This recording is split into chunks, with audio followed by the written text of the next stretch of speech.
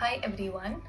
One of the major concerns that parents face these days is that the child is not developing at the normal pace, and by the time they realize this fact, it's sometimes too late.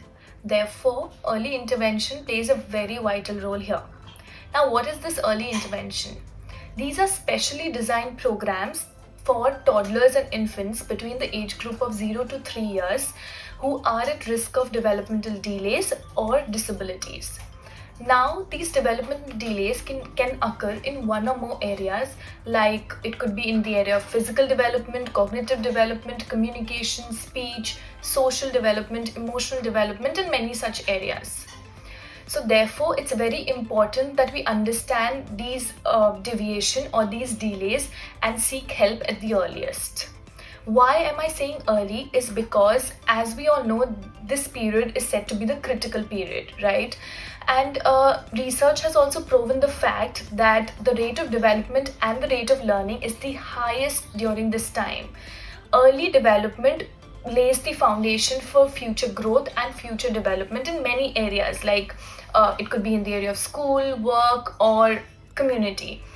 And also, the major advantage of early intervention program is that although it realizes that there is a set principle or basic principles of child development, but at the same time it also realizes the individual differences, and therefore whatever plans that is to be created for a child is very much individualized and tailor-made according to the child's level of development. Also, every child with a disability, there are various factors that come into play when we decide about the outcome of the program. For example, it could be the age of detection, the degree of disability, as well as the time or the period where you start taking the intervention. Along with these, there are other factors like parents' motivation, their involvement. So also, in short, if I have to put it, the advantage of early intervention program, firstly, it not only helps the child but also helps a parent understand or to gain the skills to notice these delays and seek help at the earliest possible. Secondly, it also, of course, helps in early detection. It enhances a child's development, also accelerates the pace of development, realizing of what kind of help they require in what areas.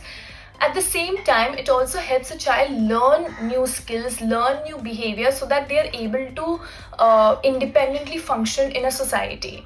So this was all for today. Thank you so much. Hi. Parents often have a lot of questions around toilet training. When to start, what to do, how long the process is going to take, and so on. The truth is, there is no straight answer to these questions. Why? Because toilet training is a process, right? Process that I'd like to explain to you in 5 simple R's. The first one being readiness. Toilet training is entirely dependent on the readiness of the child. How would you know that the child is ready? Watch out for signs. Does the child get down from the bed, stand in a specific position, squat, touches himself or herself? What is it that they do to indicate that they need to go? Watch out and you would know. Another thing that you'd like to note down is the frequency. Do some homework and make note of the frequency and the time at which the child likes to go relieve him or herself. Does the child get up and go to potty immediately after waking up, half an hour after having breakfast, sometime in the afternoon? Make note of this schedule for a specific period of time.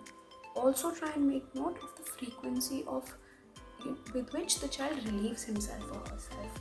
Now, with the child on diapers entirely every day, the whole day, it's going to be slightly difficult, but not an impossible task to do. Now, why is this step an important step? Because this step helps relieve the unnecessary anxiety that this whole entire toilet training process causes to the child as well as the parent.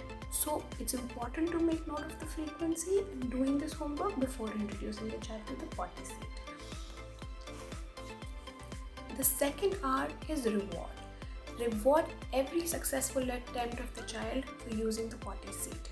Reward may be just simple verbal praise. A very good job, awesome, fantastic work is enough. Reward may not necessarily be something tangible.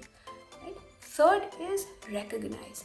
Recognize that your child is trying to learn a new skill, and now that would take some time. and patience from you as a parent.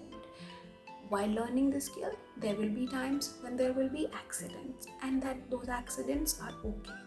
Just because you had 7 accidents in a day and 3 on a certain day doesn't mean that the process is failing. Be patient and it's going to work. The child will master the skill eventually. Let's come to the fourth one now. Repeat. Repeat the cycle until the child learns. It's as simple as that. Don't switch between diapers and toilet training because it unnecessarily confuses the child and prolongs the toilet training process. Fifth and final one, my final advice to you is relax. Relax and understand that the toilet training process isn't a race that needs to be mastered in 3 days or 1 week. It's a process, and like any other skills, comes with time and patience, and each child responds to this process in their own unique way.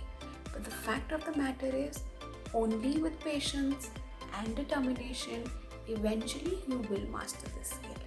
If you have any more questions on this topic or child development in general, feel free to reach out. Thank you.